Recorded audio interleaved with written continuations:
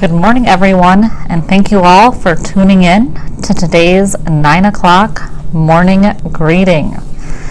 My name is Zainab, and today is Sunday, June 27th, 2021. At 10:30 on Channel 3 today is Rosary, and at 4:30 is Sunday Replay, Music History. So tune in to Channel 3 for those activities today.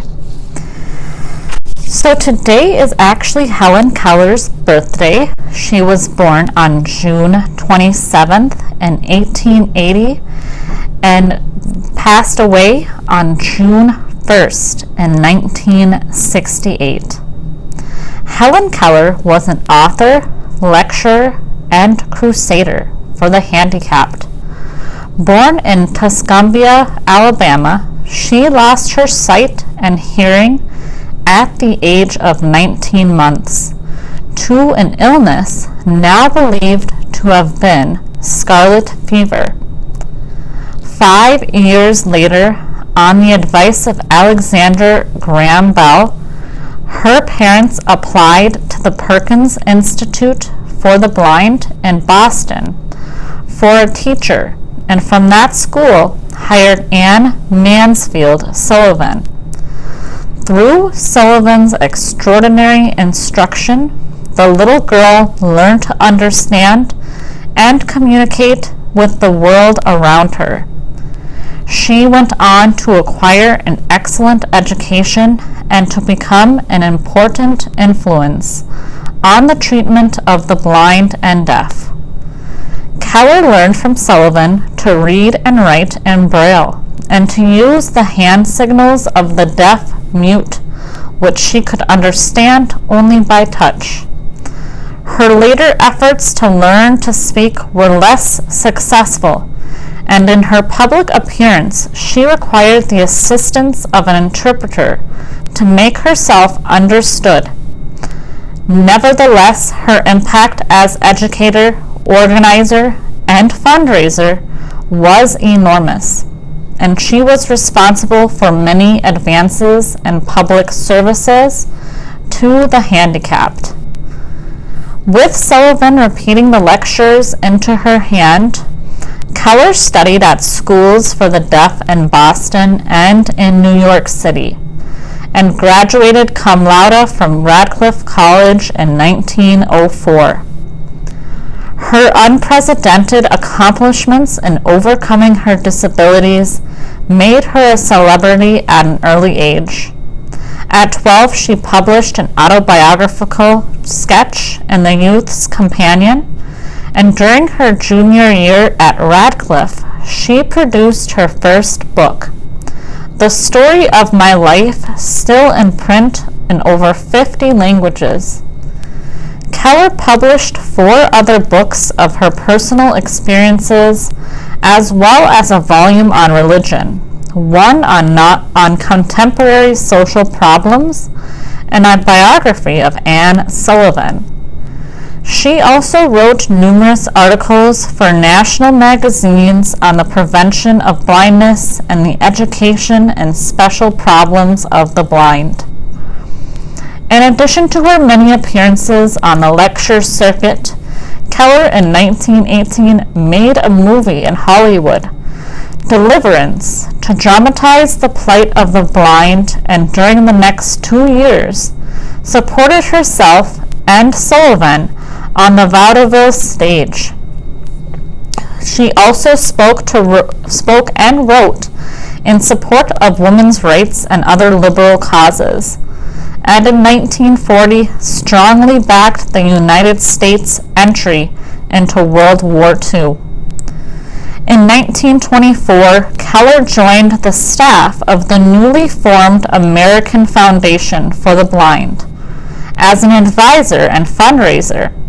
Her international reputation and warm personality enabled her to enlist the support of many wealthy people, and she secured large contributions from Henry Ford, John D. Rockefeller, and leaders of the motion picture industry. When the AFB established a branch for the overseas blind, it was named Helen Keller International. Keller and Sullivan were the subjects of a Pulitzer Prize-winning play, The Miracle Worker, by William Gibson, which opened in New York in 1959 and became a successful Hollywood film in 1962.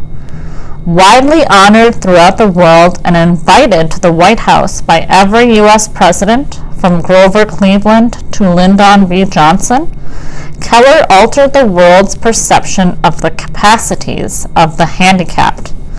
More than any act in her long life, her courage, intelligence, and dedication combined to make her a symbol of the triumph of the human spirit over adversity. On this day in history in 1939, on June 27th, famous scene from Gone with the Wind filmed. On June 27, 1939, one of the most famous scenes in movie history is filmed. Rhett Butler and Scarlett O'Hara parting in Gone with the Wind. Director Victor Fleming also shot the scene using the alternate line, "Frankly, my dear, I just don't care," in case the film censors objected to the word "damn." The censors approved the movie, but fined producer David O. Selznick $5,000 for including the curse. The filming of the famous epic was itself an epic, with 2.5 years elapsing between Selznick's purchase of the rights to Margaret Mitchell's novel and the movie's debut in Atlanta in December 1939. While the film eventually garnered many awards, it has also drawn criticism for its romanticism of the antebellum South and whitewashing of the horrors of slavery. Filming began on December 10, 1938, with the burning of Atlanta scene. Although O'Hara still hadn't been cast, British actress Vivien Leigh, newly arrived from London, dropped by the set to visit her agent, Myron Selznick, brother of the producer David O. Selznick, asked her to test for O'Hara. In January, Leigh signed on. Clark Gable, Olivia de Havilland, Leslie Howard, and Hattie McDaniel also starred. McDaniel, who played Mammy, the Tara Plantation House servant and formerly enslaved woman, became the first African-American actor to win an Oscar for her performance. So those were today's happenings in history. Again, today is Sunday, June 27th, 2021. My name is Zainab, and today for our virtual activities on Channel 3, at 10:30 is Rosary, and at 4:30 is Sunday Replay, Music History. So tune in to those activities today on Channel 3.